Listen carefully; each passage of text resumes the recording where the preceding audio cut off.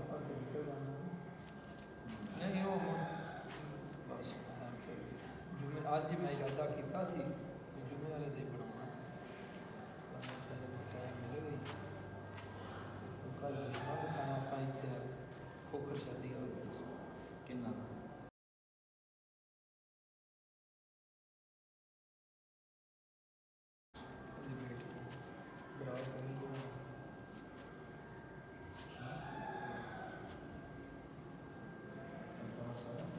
Something.